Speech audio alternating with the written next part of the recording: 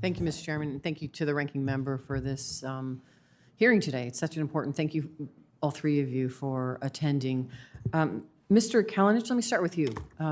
I was interested in the conversation you were having with Senator Reid on the extreme weather events and the impact of insurance that we're seeing. Listen, I'm from Nevada in the West. We're seeing wildfire risk. You talked a little bit about that. I'm interested in how you think the AI, third-party AI systems, or AI in general, can help us bring some predictability and certainty around this extreme weather. Let's take wildfire risk to address what we are seeing is the high cost now for insurance. Do you think that AI has the ability, if we are incorporated into this analysis, to lower costs for homeowners and bring some sort of affordability for the insurance they need now due to extreme weather risk? So the way the insurance industry works is it is intended to have adequate capital for catastrophic events. So the wildfires, for instance, in Los Angeles, that's not putting the insurance companies out of business. The issue with insurance companies is the concern about two things: systemic, aggregated, correlated risks, particularly with respect to like wildfires, and second, the unknown unknowns. So the wildfires are not unknown unknowns. So it's in the first category. And what artificial intelligence is doing now is looking for patterns, looking for what caused a particular wildfire. What could we do to prevent it in advance instead of just paying insurance? Are the things that we can do to invest in insurance and areas to prevent the wildfires and then identify the wildfires? That's what artificial intelligence is focusing on, to aggregate that information to have a lower total cost of risk. The result of that is that consumers then could pay a lower cost of risk if they can show that they have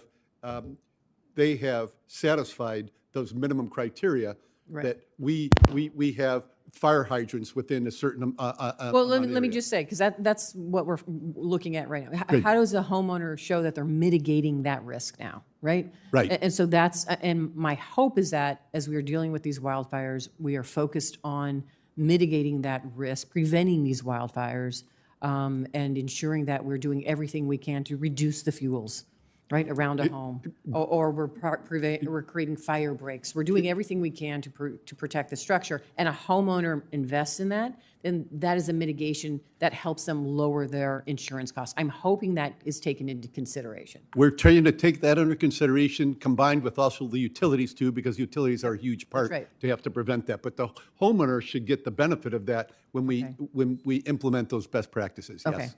Thank you. Dr. Cox, let me talk to you about my concern, and you address this.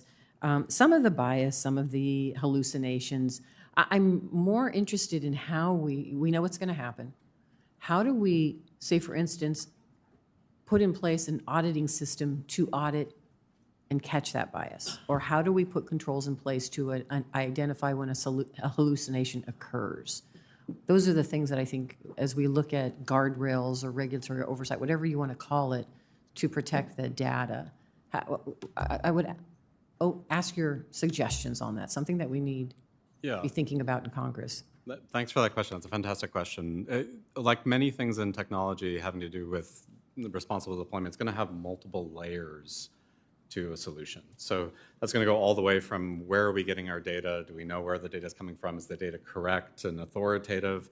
To how do we develop agents? I think that it's a relatively new area of computing and engineering where we build agents that can interact, talk with each other, use tools, interact with software. And then there's a piece around governance tooling, like how do you actually track what's happening? Would you have a hope of being able to figure out what went wrong and retrace your steps? And then there's a lot of that's human processes. So we're seeing that emerge, and we're building tooling at IBM that allows us to empower those stakeholders to be tracking, to be auditing, to be monitoring for bias and drift, because just because when you tested a solution doesn't, when you built it doesn't mean it's going to be working the same way in the future, all the way back to the data. So it's really a multi-stage, multi-part strategy, and that's definitely emerging, and companies like IBM and others are building the tools to help anyone do that.